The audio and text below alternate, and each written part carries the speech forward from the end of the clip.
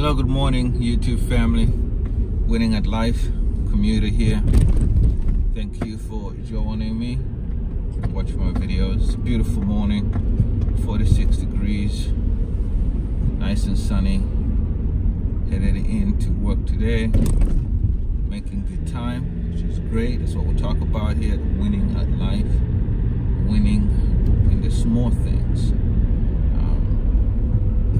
Got up early this morning, took my time, was meditative as I got ready, as I got dressed. And that's what you want to do. You want to start your day with reflection, with gratitude. Make sure that you're grateful for the day. You're grateful for what is ahead of you. Allow those positive energies to just flow. And you know, there's a portion of scripture that says command the day. So just, you know, release into the day your positive energy and expect good. So here at Winning at Life, thanks for joining us. If this is your first video, try and check out the other couple videos ahead of this, because we're trying to build this up. It's kind of sort of like a series, so we're kind of building it up. So we started out by talking about you know, why it's important to have this mindset of winning at life. Why is this mindset important? The mindset of wanting to win at life. Talked about some subtle changes that you need to make. Were they important? And then we talked about having a vision, a goal, and how to work at manifesting that vision. We touched a little bit on attracting things into our lives. In our last commute, we were talking about how that it's not what happens to you that affects your life. It's how you respond to them. Right. It's how you respond to them. There's some people who had the worst tragedies,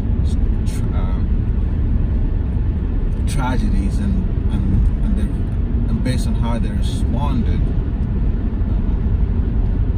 they made things better.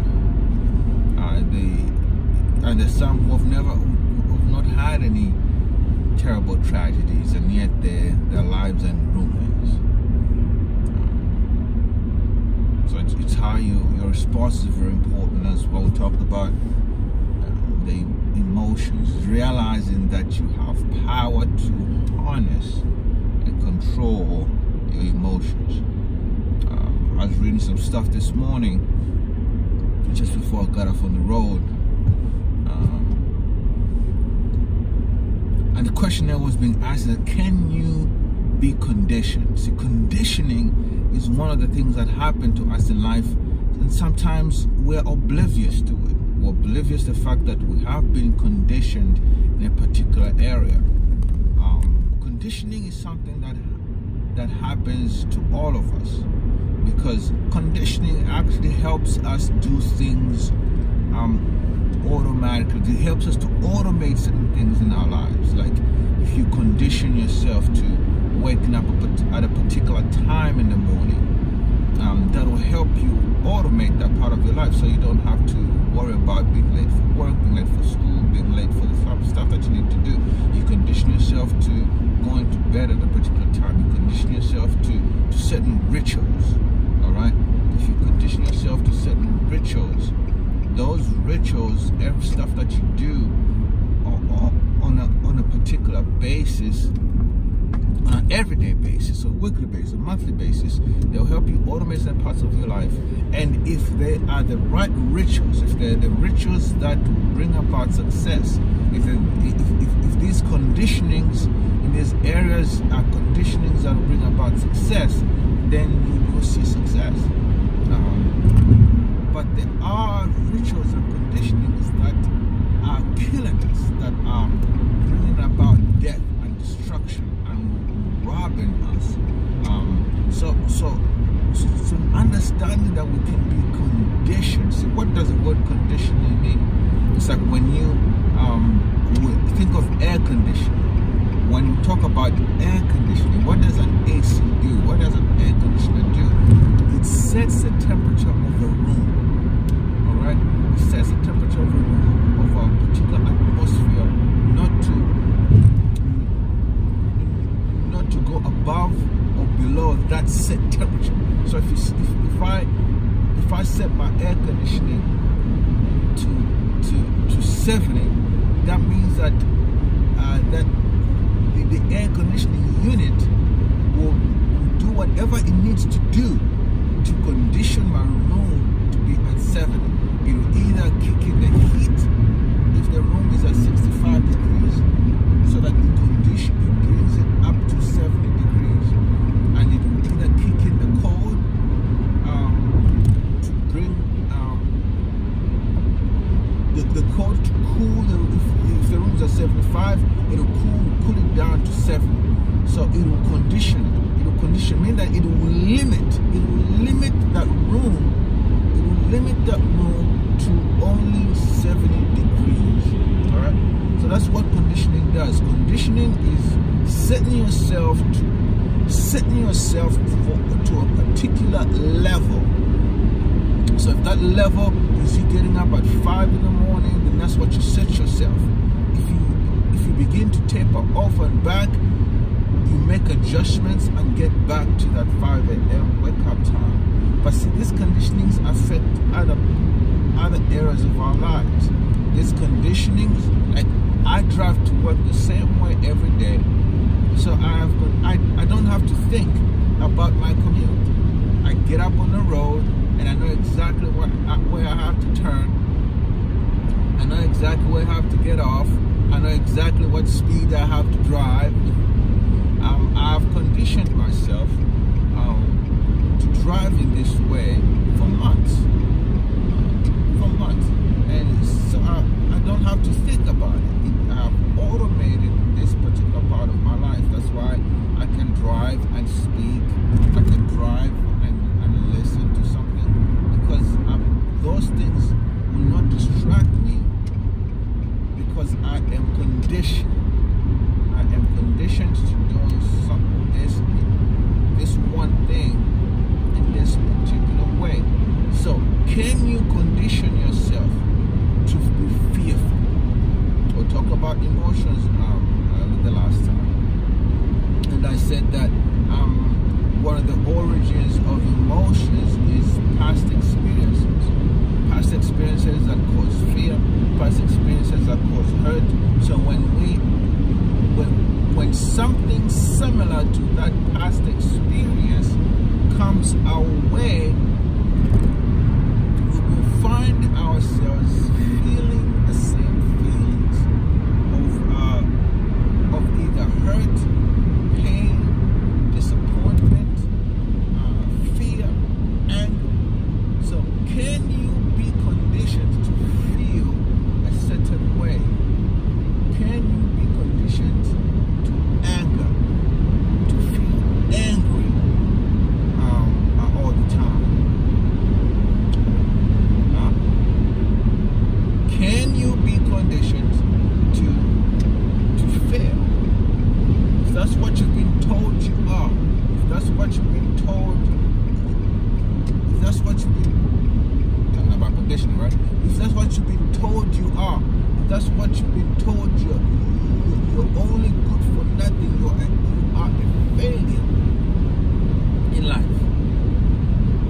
Can you be conditioned to fail? Can you be conditioned to have the outlook of failure? All right? Because you've been conditioned that way because of words that have been spoken about you. Can you be conditioned to have a particular political disposition? Because that's how your parents raise you. That's how, because of your upbringing, because of your environment. Can you be conditioned? You definitely can. You definitely can. Can you be conditioned to be happy? Huh?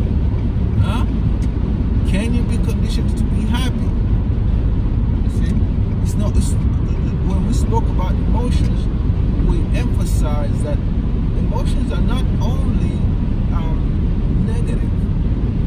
There are positive emotions. So can you be conditioned to be happy? Can you be conditioned to have a positive outlook in life? Alright? Can you be conditioned to be a person?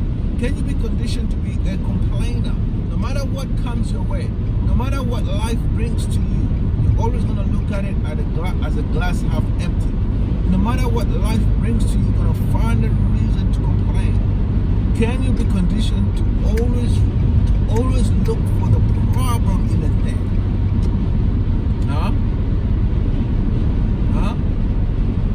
Questions that have to be answered.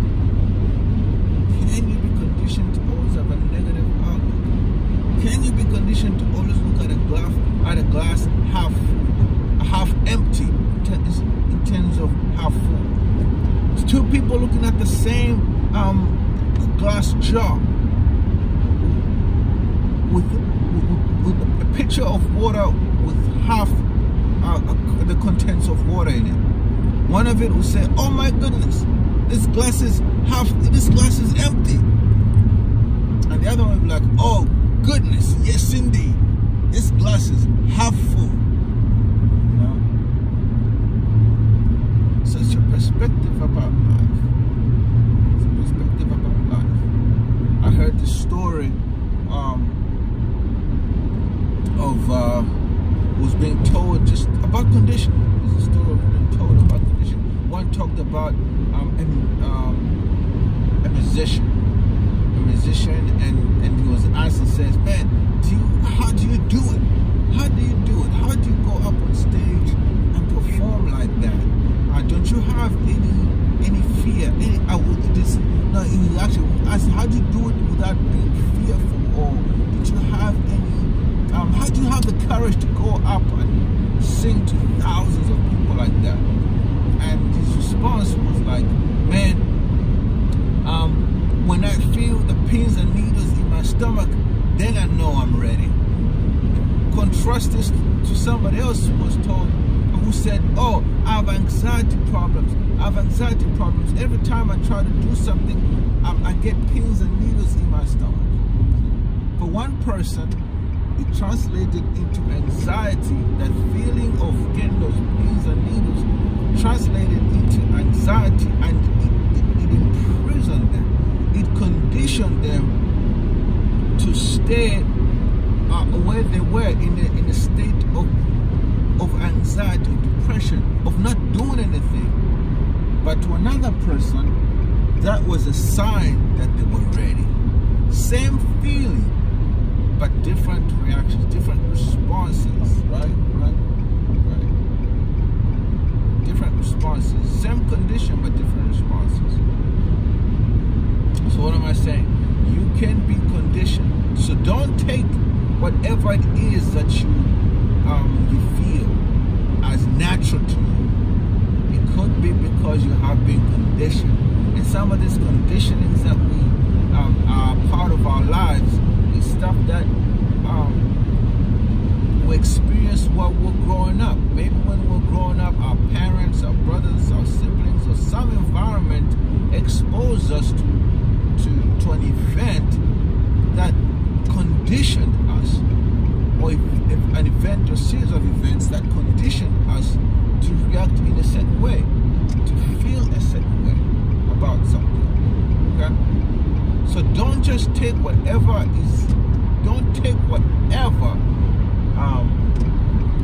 is manifesting in your life simply as this is who I am. No, ask questions. Ask questions. Ask questions. You see, knowing yourself is a series of asking the right questions. Knowing who you are. They were talking about winning at life. You have to know yourself. And last time on our last video, we talked about needing to know ourselves, so we can know how to condition ourselves, so we can know how to harness our emotions. It starts with knowing ourselves. But knowing yourself starts with asking the right questions. Asking the right questions that will produce the right types of answers. All right? Not asking questions like, why am I always failing? No, but asking questions like, how can I do better in this area?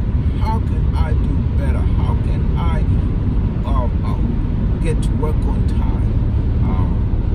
Not why do I always get to work on? Why do I always get to work late? Asking yourself questions that will pull in the positive answers that will create change. Right? So learning yourself is learning how to ask the right questions. All right. So here at Winning a Life, we're talking about the things that tweaks and measures that we can take to become better, so we can win more at life, so we can have more coming to us, as opposed to us giving out time, giving out energy, giving out finances. Yes, but we also want our time to come back to us, to redeem the time. We also want finances to come back to us. Good measure, pressed down, shaken together, shall be given unto us. All right. We also want life and energy to come back to us. All right. To them that are weak, we increase their strength. So we want all of these things to come to us instead of us feeling tired, depleted, depressed. We want to have energy flowing back to us. All right. So as we talk about conditioning, so you learn that the things that you have seem to be a conditioning in your life don't have to be so. You can ask questions. You don't have to take whatever it is that life is throwing at you. You don't have to take the depression. You don't have to take the negative outlook. You don't have to take the anger. You don't have to take the fear. You don't have to take the timidity. You don't have to take the laziness. You don't have to take the lack of hard work. You don't have to take the sadness. You don't have to take the failure. You don't have to take the negativity. You don't have to take it. You don't have to take it. Because most likely it is as a result of some form of conditioning. Some form of conditioning that you either expose yourself to, or maybe you exposed to while you're young, or you expose yourself to unbeknownst to you. Unknowingly, you are conditioning yourselves to be lazy. Okay? You condition yourselves to lack discipline in an area. You see, discipline is very, very important. That's what we talked about last time, when it talks about harnessing your emotions. Discipline is a very important factor in life. To discipline ourselves, all right? Because nothing just happens in one area without affecting another. All right, our personalities, our human makeup is intertwined. So a discipline in one area will affect another. All right. So if you're disciplined in waking up in the morning, getting yourself ready, preparing your day, and things like that, that will affect your attitude for the day. See, a discipline in one area will affect the productivity in another area. All right. Traffic is kind of slow this morning, but your discipline in one area will affect your productivity in another area, because no one area is unrelated in your life.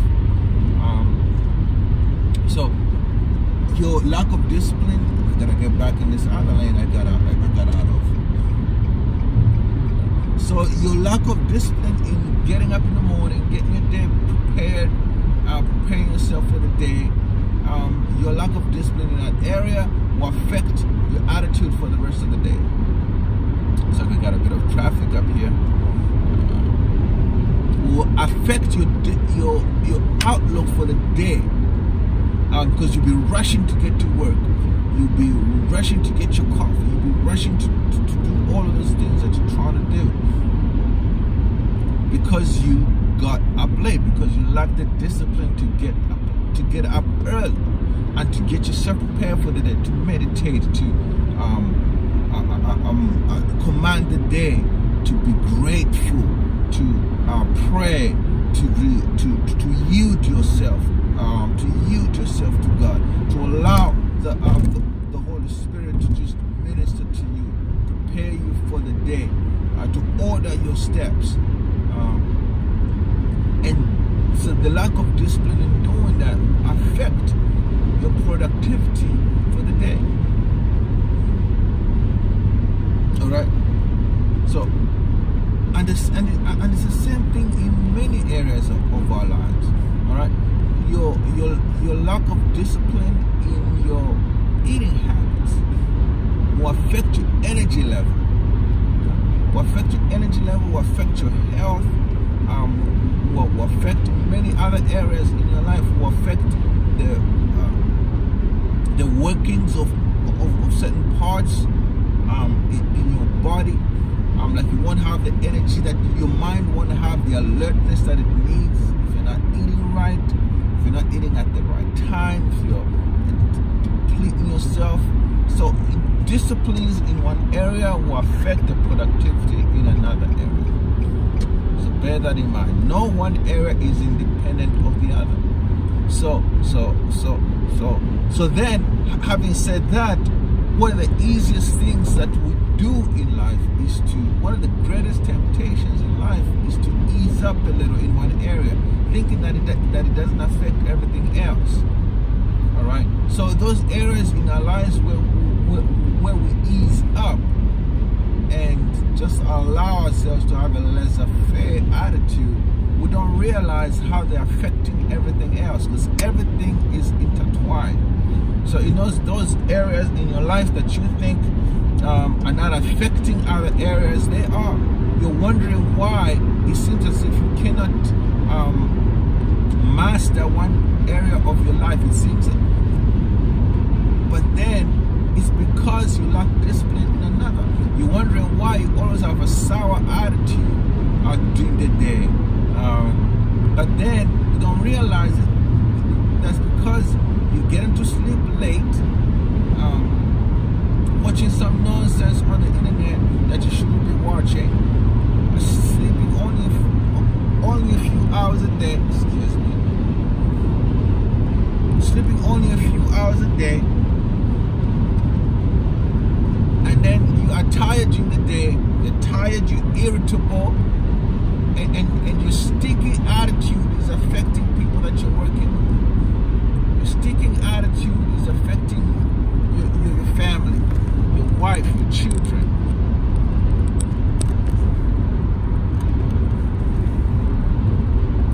Because you lack discipline in one area. You're wondering why you can't concentrate in college, in class, and things of that nature. It's because you're not getting enough sleep. It's because your eating habits are bad. You're not feeding your mind the right types of food that will cause it to function correctly.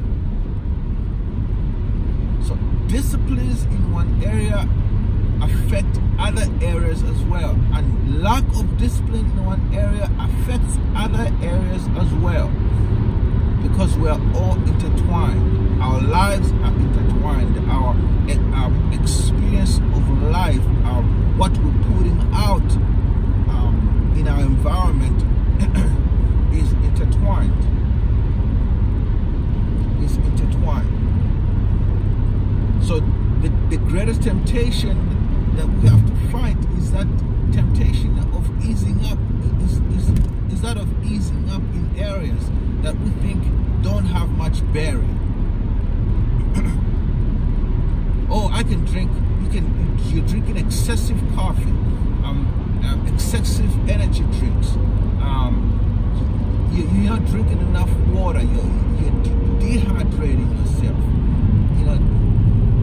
You're easing up in the area of your health. You're easing up in the area of the discipline of hydrating your body, and you're wondering why you're having health issues. So the temptation to ease up, you gotta fight that every day. You gotta fight that every day, because we have to understand that our lives are intertwined. So fight that temptation to ease up in areas that you know you should express discipline in, because everything is intertwined. Eat that apple a day. Take that walk. Wake up in the morning. Read something every day. Listen to something positivity. Be kind to people. Open that door. Express kindness and affection to your family members, because those areas of lack of discipline, those areas where you ease up, where you think it doesn't matter, when you develop disciplines in those areas, they'll affect other areas. They'll affect the productivity and the discipline that you develop in other areas. It will create the muscle of productivity that will translate and affect other areas of your life. All right. So today, looks like I'm stuck in traffic, but that's really what I wanted to touch on today. Conditioning, realizing that conditioning in our lives, the same things that we are conditioned to. These conditionings in our lives cause us to be a certain way, cause us to react automatically to certain things, positive or negative. We conditioned to be sad, conditioned to be angry, conditioned to be negative. But again, on the positive end as well, conditioning can help us automate things in our lives. Can we condition ourselves to be happy, to be joyful, to have a positive outlook? Yes, indeed. And then we talked about the need for discipline. Discipline is important, and that the temptation to ease up, and that our lives are intertwined. A lack of discipline in one area will affect a discipline in another, a lack of discipline in another area. Having discipline also in one area will affect our discipline level in another area. So discipline is very, very important. So that's it for today. I'm thinking on our next one we can talk about the importance of developing value. So don't miss our next episode. The importance of developing value. As we focus on winning at life, we want to develop, want to be folks that are valuable, because the marketplace only pays you for the value that you bring to it. All right, the marketplace only pays you for the value that you bring to it. So we have to begin to learn where we are, realize where we are, know what changes we have to make to become valuable. All right, to become valuable, and to realize that change, for us to begin to win at life, all of these things I'm talking about will help us to make the changes that we need to begin to win at life. I read this quote this morning. Again, I was doing some reading this morning. I read this quote, and it said, when you change, everything around you will change. When you change, everything around you will change. And that is powerful. That is powerful. So a lot of things that we are trying to get out of life, we're missing out, we are missing the mark, because we're expecting it to flow to us when we haven't changed. We haven't changed our outlook, we haven't changed our disciplines, we haven't changed our perspective, we haven't changed our disposition. But when we change, everything around us will change. All right. Thanks for joining me this morning. Winning at life, one commute at a time, one day at a time, one small change at a time. All right. See you next time. Bye.